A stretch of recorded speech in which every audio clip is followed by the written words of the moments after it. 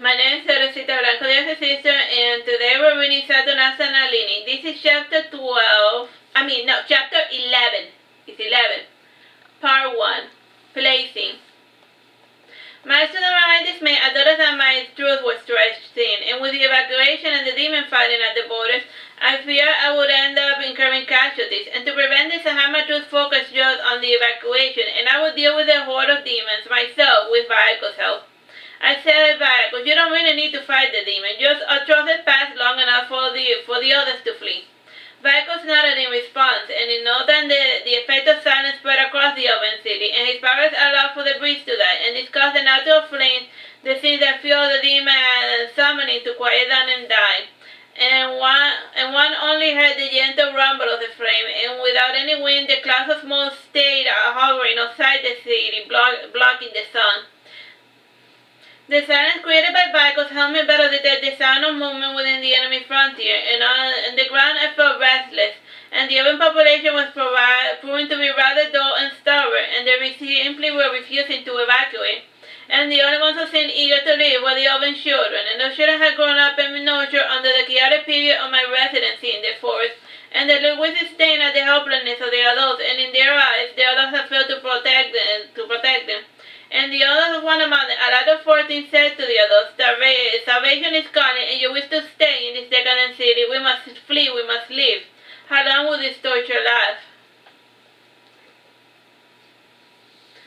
His father rebuked the child. Child, learn your place. You are of my blood, flesh of my flesh, and you must obey me. My alpha removed her helmet, and the child's father was able to recognize her, and in a trembling voice he said, How are you? You're your mother's split image. Has Lara sent her knights to save us? And if she did, you should have said so from the very beginning. He then said to the other, Let us leave with the messengers of Lara. My sapphire and I shook their head in exasperation, but they have finally managed to mobilize the population by pretending to be messengers of a god that they did not believe in. With the elves finally evacuated, I felt myself certain that I would be able to handle the battle that lay before me. When I shifted my attention to the current situation, I was surprised to see Oberon sitting before me. And he was sitting on top of one of those marble fences of one of the ruined houses, and he rested his hand on his face. And he had a disdainful, childish smirk on his face, and he wore immaculate white robes with golden acanthus leaves decorating the borders. And tied to his waist and across his chest, I saw the usual mage gear consisting of crystals, amulet, a rune sword for necromancy, deer pelts, scrolls, etc. It did not bode well for me to know that he was waiting for me to pay attention to him. Needless to say, he was a seasoned spellcaster, used to finding creatures such as I, and his experience combined with the power of his personal demon Meridian, this would make this a hard fight indeed. And he spoke when he saw that I was finally paying him attention, and he asked, Am I to fight the brood of the devil's little sister? Oh, so you're familiar with that name, I remarked. Yes, your mother has many names and many faces. The devil's little sister, Lady Godiva, the speed demon, the lightning, Trueno, Torquemada, Lucrecia, the list goes on to Dunce. What does she call herself now? In this world she goes by the name of Charity. Yet to me, I simply know her as mother, I said with a stupid look on my face, and I turned around to see that with a stupid note. The second I did, I felt myself impaled by a source of light, and overall casted fast, so I was not able to prepare a barrier. And I was quickly saved by Vaikus, who flew high enough to hide us in the smoke of clouds, and by compressing himself to his battle mode, the silent effect went away and the forest started burning again. Vaikus removed the very painful sores from my back, and to much to my annoyance the wounds were not healing, and my dress had been stained wet with my blood. And I had underestimated my enemy and was paying a hefty price. And at times like this I wish I had trained my shield better. And the lights had struck their mark well, and the magical wounds that had pierced my head was greatly damaging my automatic system, and it also damaged my extremity. In all effect, I might as well have been brain dead. With my motor skills limited, I simply switched to automatic. and I simply relied on my automatic system to direct my movements, and I was better able to defend myself against the horde of fire demons that flew in our direction. And Vaikus simply limited himself to putting a much distance away from us and the demons, and he eventually flew high enough to see the roundness of the world. And at the height, the thickness of the atmosphere prevented fire from developing. And I sent around us a strange aurora borealis. Time, bro? 9 minutes. And I found it out because there had never been any auroras in this part of the continent, and the aurora seemed to envelop us, and it slowly started making a harsh whir sound, and the sound became stronger and louder, like the sound made by a waterfall, and the aurora seemed to vibrate. Recognizing danger, I cursed beneath my breath, and as Vaikus flew away from that aurora, the aurora trailed behind us in a swift speed like a beam, and it seemed to cling to our extremities like a cloth that we could not shake off. And everything looked white for a moment and then black as night, and to escape the explosion, Vaikus hid us inside his aura of silence. However, a significant portion of the magical tag had managed to get inside, and the resulting blast destroyed Vaikus in my physical form. And whenever that occurred, my crystal would reveal itself in a vain attempt to regenerate me. And during that interval, should the crystal be destroyed, I would suffer a true death. And in response to the beating I was receiving, the crystal regenerated my frame in a new form that will make me more resistant to magic. And instead of flesh, I became more metallic, and I even grew scared. And for vision, I still retain my look more or less, even in my attire, my skin looks different. And for this battle, I created a battle armor, and the entire piece was white with golden border, and the chest had sapphire crystal orbs, and the gloves in the fingers had been hollowed out. It took me about 2 minutes to regenerate, and in the meantime, the oven of magic was cracking the air, and the darkness was split, and around the broken edges one could see the emanations of a series of spells, and I could feel the surface of Oberon's area touching its border, and Oberon's counter area was filling with sound and light, and it was vocalized in a strange song, and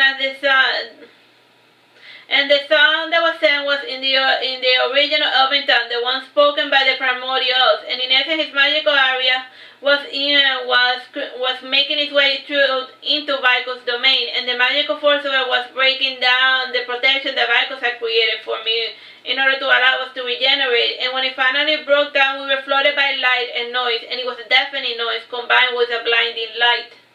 Time, bro? 7 minutes. My new eyes changed the wavelength sensitivity, and I was able to see the true magical attack that was coming before me, and before being more metallic, I was more resistant to the spell, and it eroded before it touched the mark. And when Vaikus recovered, he unleashed his silent aria again in full throttle.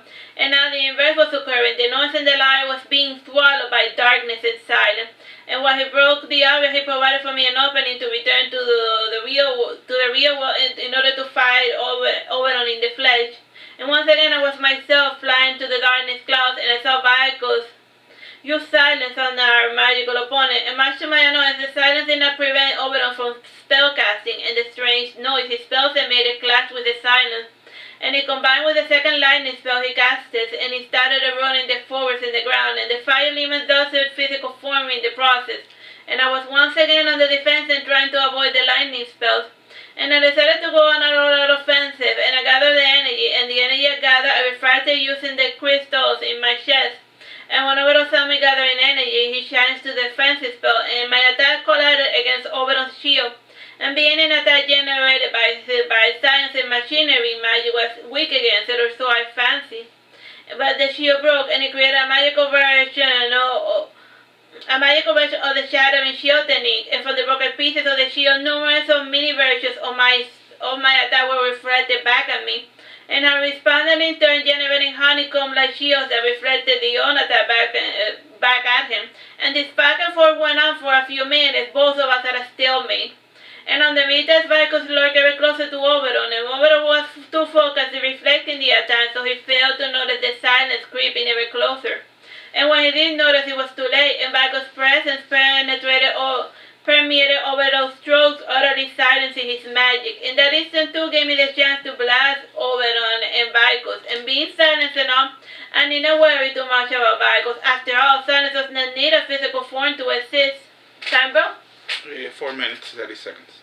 When the dust cleared, I was disappointed to see that Oberon was still in one piece, and he had apparently used one of his crystals to trap my attack, and Oberon seemed to know some rudimentary mirrormancy, and trapping a beam of light inside a crystal was a standard technique. And at that moment, I regretted not using all of my resources against the guy, and I resolved not to make the same mistake again. And I tried again to resonate with my power crystal. However, my body could only become technolized by 25%, and even in that robotic form, I could not maintain it very long, and it slowly eroded.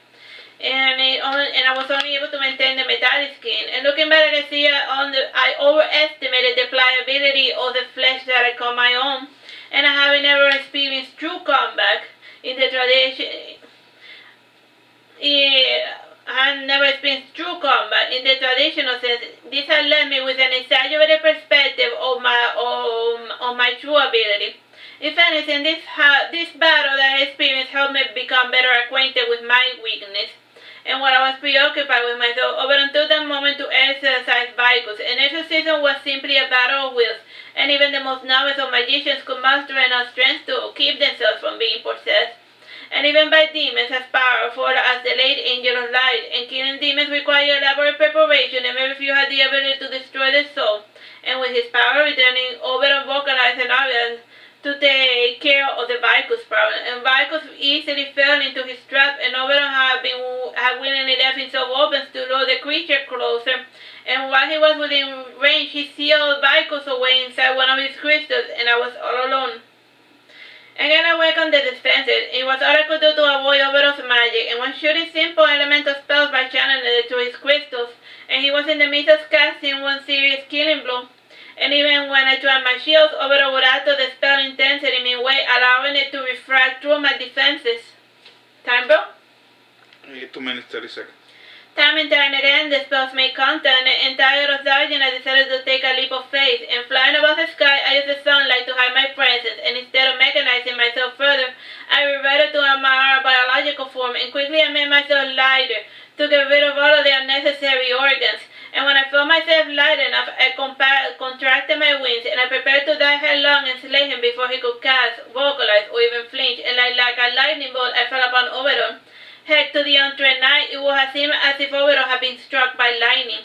And all that remained of him was a black spot on the ground where he once stood, and the speed that I had managed to obtain allowed me to regain some sort of body mass. And when Oberon died, or so I fancied, I started searching for pieces of his equipment. And in the hollow of a tree, I found the crystal containing Vaikus, and by now the smoke had finally cleared up, and I was able to survey the ruins of the elven city. And because of the flames, the old forest looked simply naked, and the smell of ash permeated everything. And I saw over the horizons a storm approaching, and its dark ominous clouds were as bleak as the dead forest that surrounded me. Time, bro? 1 minute, 30 seconds. While walking about, I noticed I was being watched, and reclining in a burnt sea sat languidly the succubus Meridia, in all of her grotesque beauty, and like a regular succubus, she did not wear any sense. And for movie purposes, I would not bother to describe what she looked like. Anyhow, running across the bed. Anyhow, the way she was sitting was identical to one of the poses that Oberon was sitting on, and before the battle started, and something about her skirt, her smirk, and the mannerisms reminded me of Oberon, and I said to her, "So it was you all along who I was fighting?" She gave me a wink and a seductive smile, and he said, "Yes and no. Focus. Analyze. A tactician such as yourself does not belong in a battlefield. Mounting a complaint, what is a tactician to do when she only has one chess piece to play with?" Time, bro? Less than a minute. That is your problem, not mine. See, put together all of the observations and come up with a logical conclusion, she said in a motherly fashion. Alright, so that's the end of